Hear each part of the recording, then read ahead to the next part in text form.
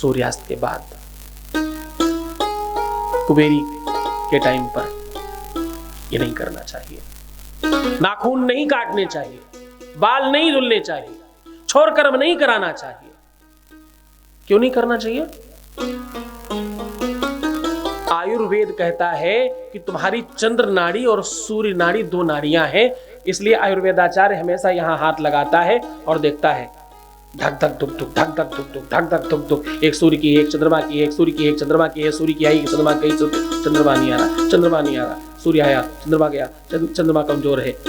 मतलब अब तुम्हें विलायक बताएगा, इन दो नाड़ियों से वो तुम्हारी वात, पित्त और कफ को समझेगा और तुम्हारा इलाज करना शुरू कर देगा। तो भैया ये दो नाड़ियां हैं सूर्य और चंद्र की। जो काम सूर्य नाड़ी में होता है वो चंद्र नाड़ी में नहीं होता, जो चंद्र नाड़ी में होता है वो सूर्य नाड़ी में नहीं होता। सूर्य के रहते रहते अगर आप अपने घर की गंदगी निकालते हैं तो आपके लिए शुभ है। चंद्रमा के आने के टाइम पर अगर आप अपने घर से गंदगी निकालते हैं तो आपके लिए अशुभ है। क्यों? जिस चीज को तुम गर्म करते हो, कभी गर्म पानी में थोड़ा सा वो नीली या कोई भी रंग डालने की कोशिश करना, फट से मिल जाएगा। और ठंडे पानी में डालना बहुत देर से मिलेगा। गर्म पानी में चीनी डालना जल्दी मिल जाएगी, ठंडे पानी में चीनी डालोगे बड़ी देर घोटते रहोगे फिर भी नहीं मिलेगी। खूब ठंडा पानी करो, फिर चीनी मिलाकर दिखाना, करते रहो, रगड़ते रहो, रगड़ते रहो, लगे रहो, लगे रहो, लगे रहो, लगे रहो, लगे रहो, लगे रहो, नहीं मिलेंगे हम तो भैया। ठंडी चीजों में और गर्म चीजों में एक बड़ा अंतर है। गर्म चीज जल्दी एक्सेप्ट करती है किसी चीज को, ठंडी चीज नहीं करती। इसीलिए हम जो भगवान को देना चाहते हैं वो बर्फ में नहीं डालते, आग में डालते हैं और स्वाहा, क्या कहते हैं? स्वाहा।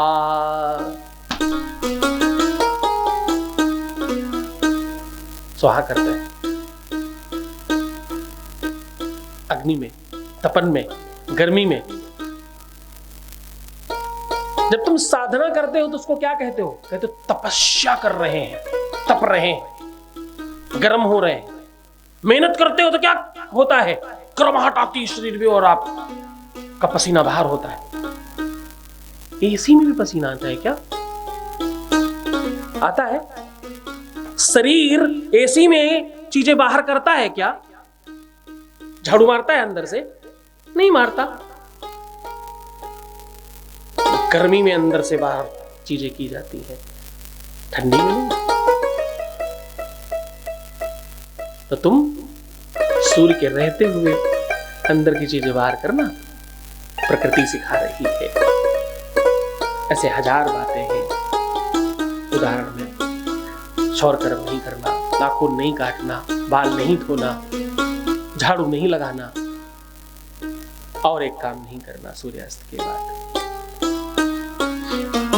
सूर्यास्त के बाद किसी को कुछ भी लेन देन नहीं करना। उधार लेना और उधार देना ये दोनों शास्त्र के विरुद्ध हैं, खासतौर से सूर्यास्त के बाद। लोग शाम को पैसे नहीं देते, देते नहीं देते। शाम को सूर्यास्त के बाद किसी को बोलो भाई वो सिंदूर दे दे, दुकानदार देगा? दुकानदार देगा? नहीं देगा। सूर्यास्त के बाद सिंदूर क्यों नहीं देता? क्या बात है? वही कहता है सिंदूर सौभाग्य का पूरक है। सिंदूर तुम्हारी भाग्य का, तुम्हारे सुहाग का पूरक है। सिंदूर पारिवारिक वृद्धि का कारण है। सिंदूर प्रकृति को उसके निर्माण में सहयोग करने की भावना का नाम सिंदूर है। सिंदूर दो आत्माओं के मिलन का सूचक है। और हमने कहा ना, सारे शुभ काम सूर्य नाड़ी में करने चाहिए। सिंदूर का बड़ा महत्व है।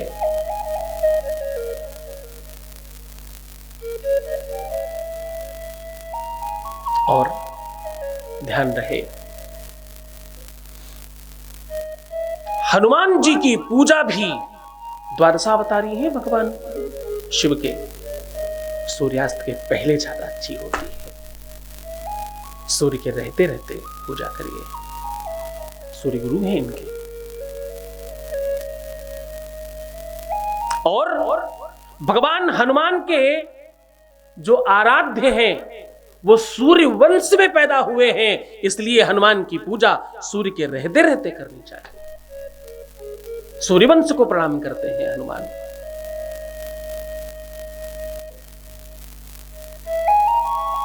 जब बूटी लेने जा रहे थे तो हनुमान ने सूर्य से कहा, देखना प्रभु, संकट तुम्हारे वंश में है, निकल मत आना सवेरे, जल्दी, हम जब वापस आ जाए तभी आप बाहर आना आप। और आशा करता हूं कि स्वल्प निवेदन आप स्वीकार करेंगे, छोटा सा निवेदन कर रहा हूं, यह स्वीकार करेंगे, वरना तो आप जानते हैं हनुमत कितना मतवाला है। आपको तो पता है हमने बचपन में नाश्ता कर लिया था आपका, तो ये तो काम हम कभी भी कर सकते हैं। तो भैया ध्यान रहे क्या पैसा करेंगे। तो निवेदन भी आदेशात्मक है इनका, उनका पूजन हमेशा दिन में करना है, सूर्य के टाइम पर करें। क्यों? क्योंकि वो सूर्यवंश को प्रणाम करते हैं।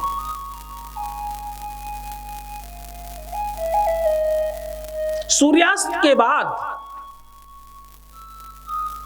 जो भी महिलाएं, जो भी माताएं, जो भी सुहागवती स्त्रियां या कोई भी कुलीन पुरुष कुछ आदान प्रदान करता है, ददाति प्रतिगृह्णाति नान्यथै सा प्रसीदति, कुछ देना लेना करते हैं, उधार व्यवहार करते हैं, धन का लेन देन करते हैं, उनके घर से धन चला जाता है और यह दुर्भाग्य का सूचक है। ऐसा नहीं करना। और सूर्यास्त के बाद एक और खास बात, सूर्यास्त के बाद कम से कम एक लग्न यानी 2.5 घंटे तक, ध्यान से समझना, सूर्यास्त के पश्चात एक लग्न यानी कम से कम 2.5 घंटे और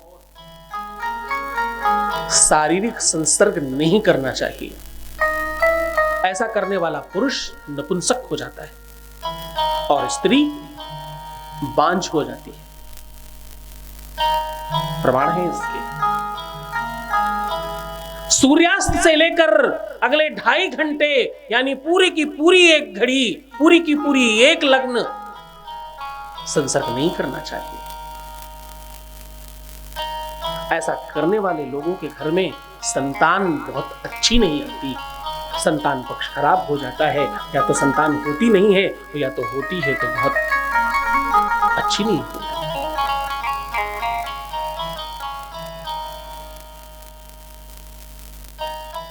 मूर्ख संतान होने की बड़ी संभावना बनती है। जिन लोगों के बच्चे थोड़े बुद्धि से कुंद हैं या जिन लोगों की संतानें शारीरिक और मानसिक तौर पर अच्छी नहीं जन्म ले रही हैं या नहीं ली हैं, बहुत ध्यान से करना, निवेदन कह के कर रहा हूं, ध्यान से सुनना।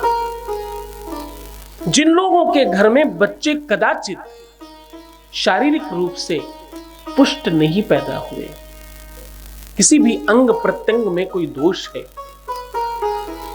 कोई भी दिव्यांग पैदा होता है अगर आपके घर में,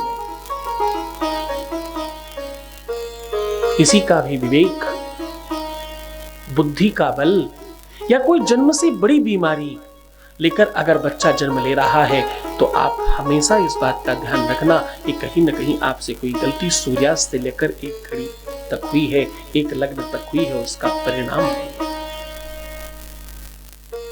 या तो ऐसे समझिए और या तो ऐसा समझिए कि ऐसा नहीं करना चाहिए, ऐसा करने से ऐसी संतानें होने की संभावना बढ़ जाती है। ऐसी संतान होने के और बड़े कारण हैं, लेकिन ये सबसे बड़ा कारण है।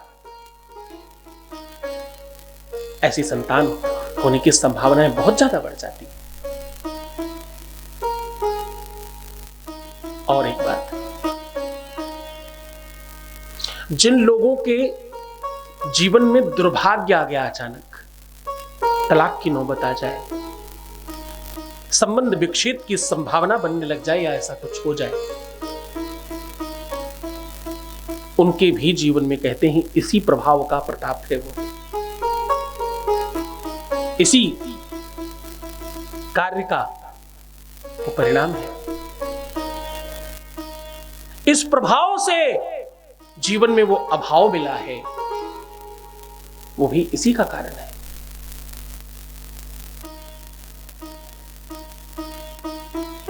तो ध्यान रहे, सूर्यास्त के बाद इन सब नियमों का आप पूरी तरह से पालन करें।